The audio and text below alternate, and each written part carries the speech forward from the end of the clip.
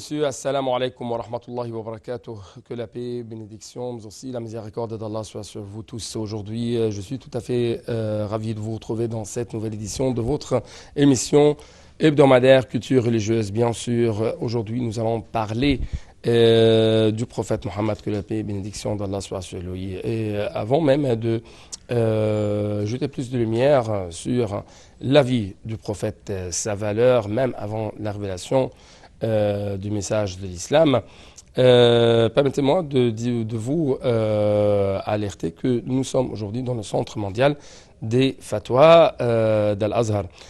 Bien sûr, au cours de cette édition, nous allons parler de plusieurs sujets, de plusieurs situations dans la vie du prophète, mais avant même cela, il y aura des témoignages de la part des non-musulmans à propos du comportement du prophète Mohammed, qui a essayé pendant toute sa vie d'être juste, d'être bienfaisant et de lutter contre l'extrémisme.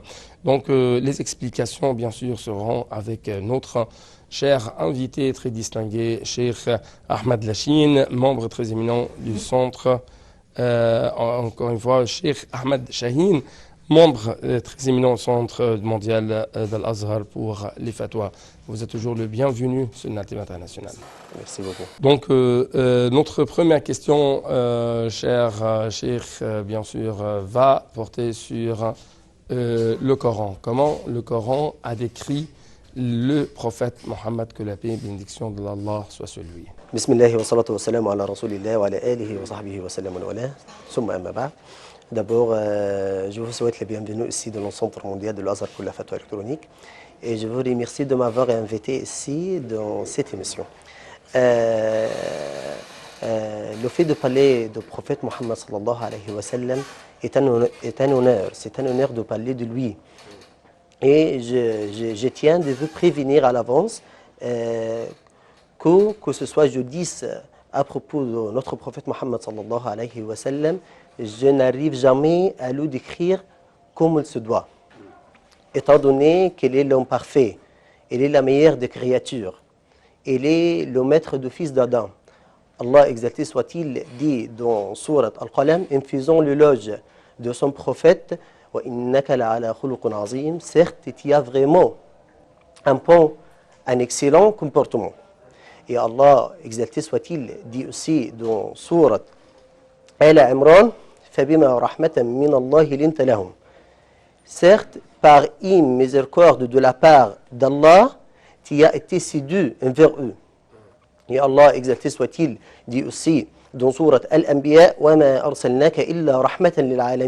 certes, nous ne t'avons envoyé que comme une miséricorde pour l'univers.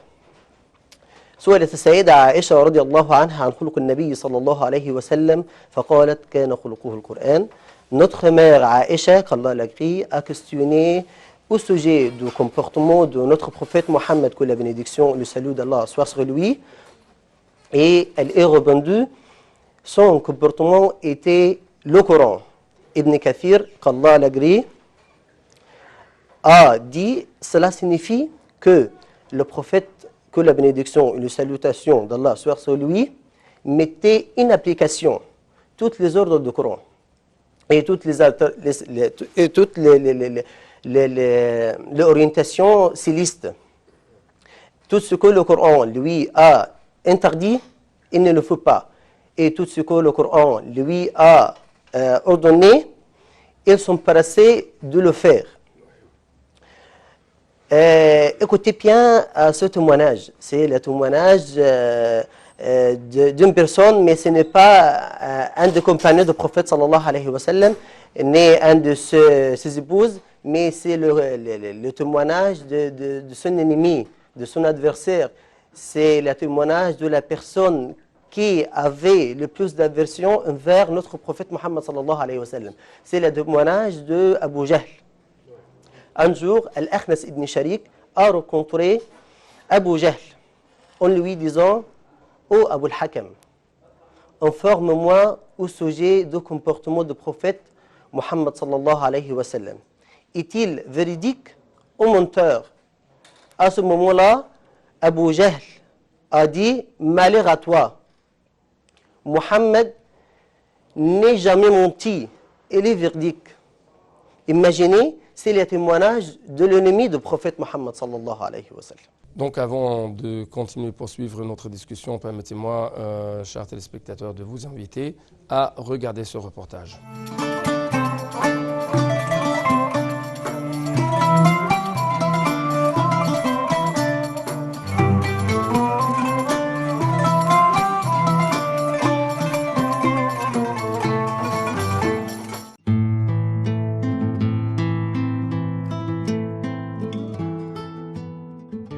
Allah le Très-Haut dit « C'est par quelque miséricorde de la part d'Allah que tu, Mohammed, as été si doux envers eux. Mais si tu étais rude au cœur dur, ils se seraient enfuis de ton entourage. Pardonne-leur donc et implore pour eux le pardon d'Allah. » Selon Anas ibn Malik, qu'Allah soit satisfait de lui, personne ne leur était plus cher que le messager d'Allah. Or, lorsqu'il le voyait arriver, il ne se levait pas en signe de déférence, car il savait combien il détestait ce comportement. Le prophète marchait côte à côte avec quiconque lui exprimait une requête et ne le quittait jamais avant de la lui avoir satisfaite. Une femme faible d'esprit vint voir le prophète sallallahu alayhi wa sallam et lui dit « Ô messager d'Allah, j'ai quelque chose à te demander. » « Ô mère d'un tel, choisis le chemin que tu veux prendre et je t'accompagnerai pour satisfaire à ta demande, lui répondit-il. Il marcha avec elle dans quelques sentiers jusqu'à ce qu'il satisfait à sa demande. Il arriva souvent qu'une des fillettes de Médine prenne le messager d'Allah à lui bénédiction et salut par la main et qu'elle l'emmène là où elle voulait. Le prophète sallallahu alayhi wa sallam accueillait favorablement les invitations de ses compagnons. À ce sujet, Anas ibn Malik, qu'Allah soit satisfait de lui, a dit « Le prophète acceptait toute invitation, fût-ce à manger du pain d'orge et de la graisse rance. » C'est ainsi qu'il était symbole de la modestie et qu'il était dénué de toute arrogance. Sa modestie, sallallahu alayhi wa sallam, s'illustra également lorsqu'il remarqua l'absence d'une femme noire, laquelle balayait d'habitude la mosquée. Quand il s'enquit d'elle, et qu'on l'informa qu'elle était morte, il blâma à ses compagnons de ne pas l'informer. Il a demandé la place de sa tombe et s'y rendait pour accomplir la prière mortuaire pour elle. Le prophète, à lui bénédiction et salut, allait voir les musulmans faibles, les fréquenter, visiter les malades d'entre eux et suivait leur convoi funéraire. Le prophète n'aimait pas qu'on éloigne les gens de lui, ni empêcher de le rencontrer. Lorsque le prophète, à lui bénédiction et salut, serrait la main à quelqu'un, il n'était jamais le premier à retirer la sienne. Le prophète sallallahu alayhi wa sallam n'aimait pas que ses compagnons le craignaient. Un homme vint voir le prophète, et lorsqu'il commença à lui parler, il se mit à trembler. Le voyant dans cet état, le messager d'Allah lui dit alors « Prends l'affaire simplement. Je ne suis pas un roi, je ne suis que le fils d'une femme qui mangeait de la viande séchée. »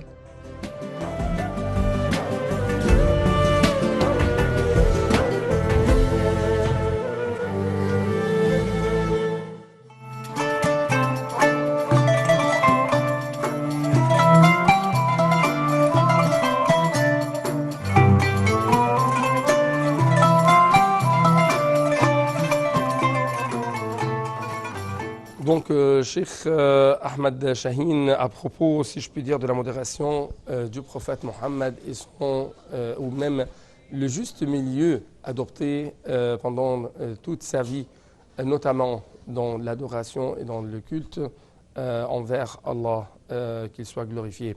Il y avait bien sûr des situations, encore une fois, ou des situations qui a montré comment le prophète a lutté même contre l'extrémisme dans l'adoration du prophète. Pour répondre à cette question, je vais mentionner l'histoire de la pierre noire. L'histoire de la pierre noire nous montre la valeur et la place élevée de notre prophète, que la bénédiction et les salutations d'Allah soit sur lui, parmi les gens de la Mecque, parmi les non-musulmans, même avant de devenir un messager d'Allah, exalté soit-il. Après la reconstruction de la Kaaba, les troupeaux de Quraysh ont divergé sur l'identité de la troupeau qui va déposer la prière noire à sa place. Chaque troupeau a dit « c'est à nous qui revient ce droit ». nous avons le droit de mettre la pierre noire à son place. Et pour mettre fin à ce conflit, l'être peu de courage a pris la décision de prendre un arbitre pour leur litige. Ils ont dit, la première personne qui s'est présentée à nous, il sera notre arbitre. Cette personne était notre prophète Mohammed, que la bénédiction et les salutations d'Allah sur lui. Après informer notre prophète Mohammed de cette question, il a ordonné de lui apporter une étouffe. Et au milieu de cette étouffe, il a mis la prière noire. Et a ordonné au président de Jacques Trépeau de saisir l'étouffe d'un peu et de la soulever jusqu'à ce qu'il parvienne à l'emplacement de la prière noire.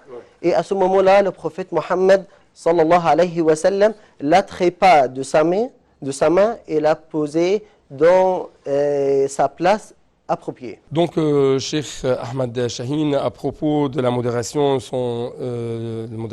adoptée pendant la vie du prophète Mohammed et comment il a essayé d'être juste et même d'adopter le juste milieu de l'islam, il y a bien sûr des situations très importantes qui a marqué cette modération, qui a marqué même la lutte prophétique contre l'extrémisme, notamment dans l'adoration et la culte d'Allah. Après la révélation, le caractère de notre prophète Mohammed sallallahu alayhi wa sallam se perfectionna plus encore et il est devenu plus sublime. Et ceci grâce aux orientations de la révélation céleste et grâce à ce qui trouve dans le Coran comme prescription, comme règle pour les musulmans. Le prophète Mohammed sallallahu alayhi wa sallam avait le caractère par lequel le prophète Mohammed sallallahu alayhi wa sallam se distinguait. C'est la première, dans le premier lieu, c'est la modération, c'est le juste milieu. Le prophète Mohammed sallallahu alayhi wa sallam était une personne qui savait comment concilier les aspirations matérielles et les aspirations spirituelles. Allah Azza wa Jal dit dans sourate Al-Qasas وَابْتَغِ فِيمَا آتَاكَ اللَّهُ الدَّارَ الْآخِرَةَ وَلَا تَنْسَ نَصِيبَكَ مِنَ الدُّنْيا. Allah exalté soit-il dit dans sourate Al-Qasas, et chercher de ce qu'Allah lui a donné la vie de l'au-delà et n'oubliez pas ta part de cette vie présente. Et il y a aussi un hadith magnifique qui nous montre la modération de notre prophète Mohammed sallallahu alayhi wa sallam.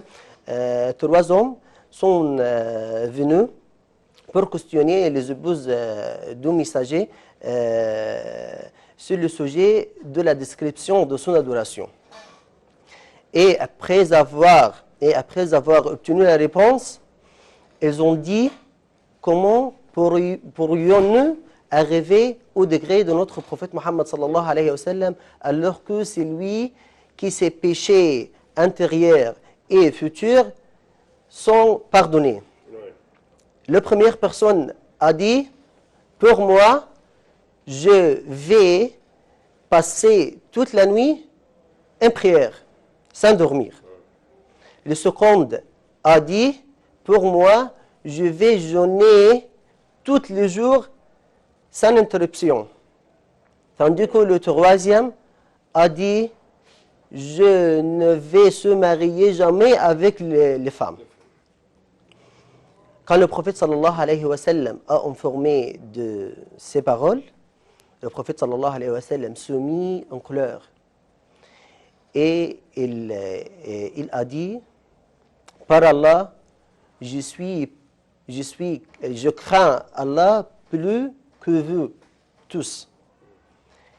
Et moi, quant à moi, je prie et j'endors. Je jeûne et je mange. Et je me marie avec les femmes.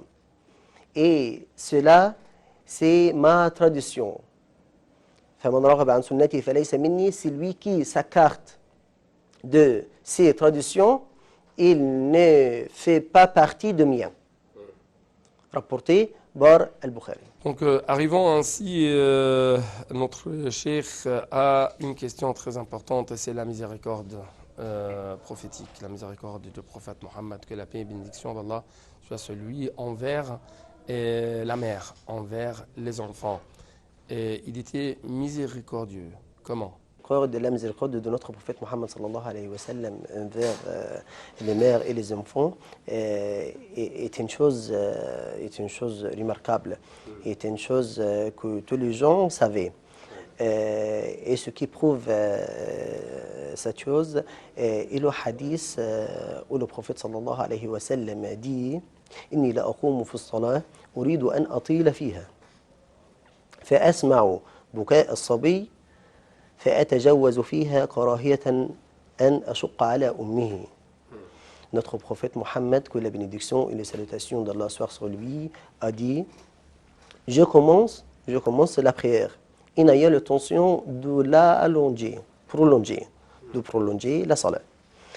Mais lorsque je n'entends le pleur d'un enfant, j'allige la prière afin de ne pas tourmenter sa mère.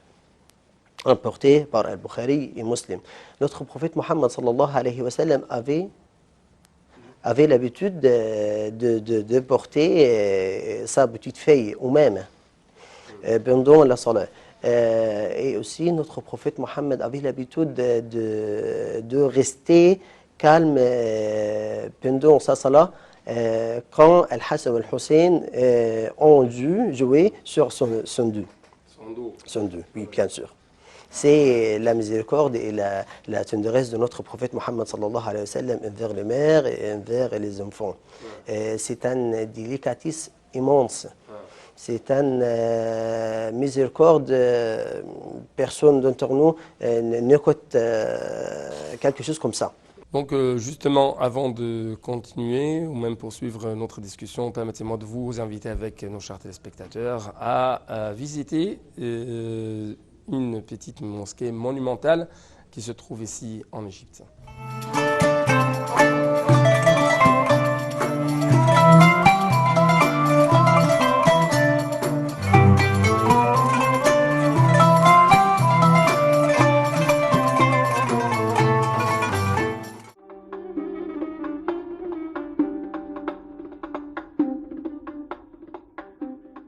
La mosquée Ibn Touloun au Caire est la plus ancienne mosquée de cette ville qui soit dans son état originel et d'ailleurs le plus ancien monument islamique du pays. C'est aussi la plus vaste en termes de surface au sol. Elle se trouve non loin de la citadelle de Salah ad-Din et de la mosquée du sultan Hassan. Elle a un minaret en forme de spirale qui rappelle celui de la grande mosquée de Samarra en Irak. Sa construction a été ordonnée par Ahmad ibn Touloun, gouverneur abbasside d'Égypte, qui gouverna le pays de manière pratiquement autonome de 868 à 884. Selon l'historien Al-Maqrizi, la construction de l'édifice commença en 1876. Une inscription date son achèvement de l'an 2065 de l'Hégire, c'est-à-dire l'année 879 de notre ère. Les travaux de construction de cette mosquée ont duré 2 ans. La mosquée consiste en une cour intérieure d'environ 92 mètres carrés, au milieu de laquelle se trouve un dôme supporté par un tambour octogonal reposant sur une base carrée, avec 4 entrées arquées et une fontaine pour les ablutions au centre. La mosquée de Ibn Touloun ressemble à celle de Samarra en Irak. notamment son minaret qui n'a pas son pareil en Égypte. Ceci est dû au fait que Ibn Touloun a vécu au palais abbasside à Bagdad.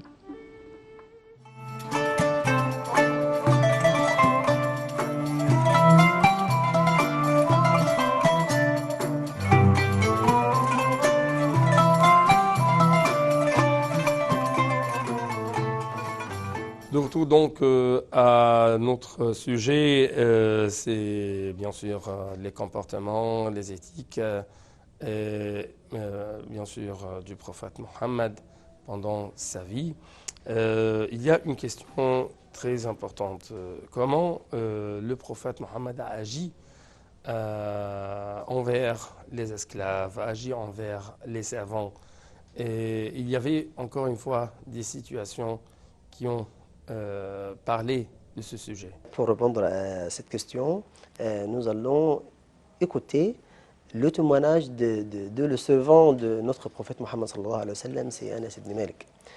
Anas ibn Malik, Allah l'écrit, a dit خدمت رسول الله صلى الله عليه وسلم طيلة 10 أعوام فما قال لي أف قط وما قال لشيء فعلته لما فعلته وما قال لشيء تركته لما تركته.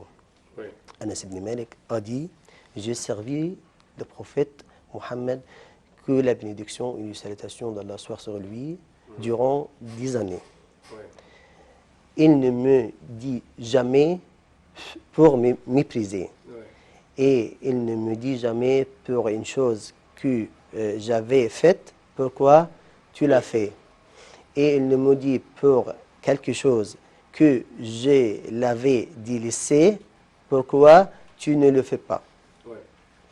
Le prophète sallallahu alayhi wa sallam avait l'habitude de marcher dans les rues de la Médine. Et à ce moment-là, les esclaves de la Médine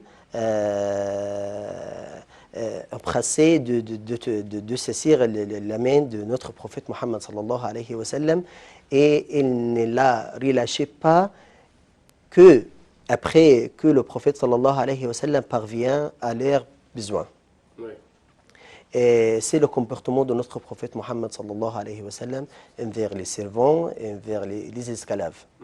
Tandis que le prince des croyants et le chef de l'État musulman, c'est le messager d'Allah, c'est lui qui ordonne et c'est lui qui doit être au pied. C'est notre prophète Mohammed sallallahu alayhi wa sallam, et c'est sa miséricorde sublime.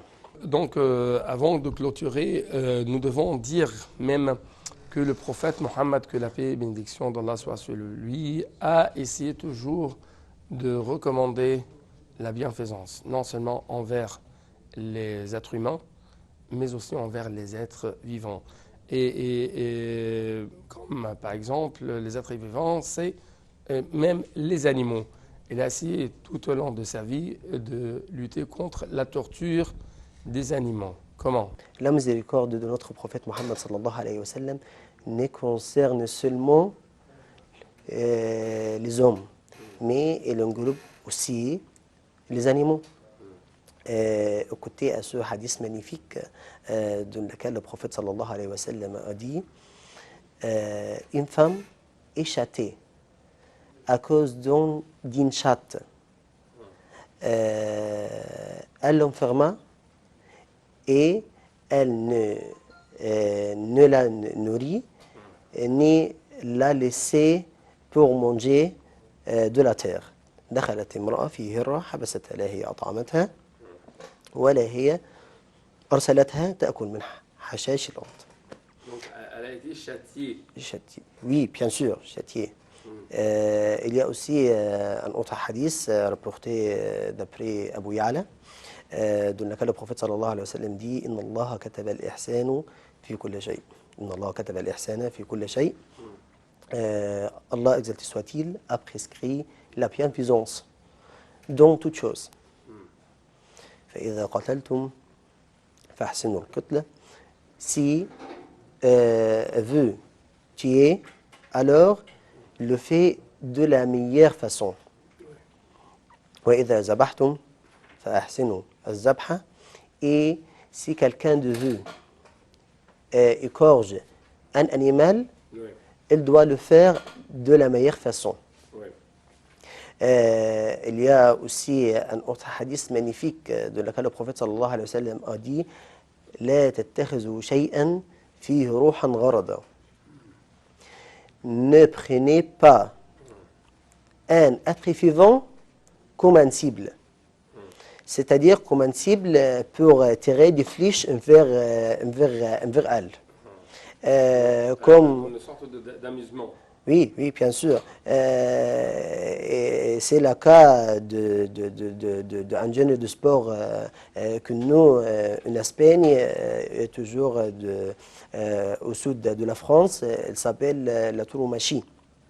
C'est un jeune de sport de laquelle les hommes tourmentent les animaux. Torture les animaux. Le prophète sallallahu alayhi wa sallam a dit ça bien des siècles avant la construction des organismes de protection des animaux. Et celle-ci est notre religion, celle-ci c'est la prescription de la religion de la miséricorde, de la miséricorde. C'est le comportement de notre prophète Mohammed sallallahu alayhi wa sallam envers les animaux, envers les mères, comme on l'a déjà dit, envers les servants, envers les esclaves. C'est notre prophète Mohammed sallallahu alayhi wa sallam qui avait une immense miséricorde envers toutes choses. Donc, Cheikh Ahmed Chahine, je dois vous remercier infiniment pour votre explication très utile, très approfondie. Merci beaucoup. Merci à vous, monsieur. Merci. Donc, c'était tout pour cette édition, chers téléspectateurs, et bonne suite de nos programmes sur Native International.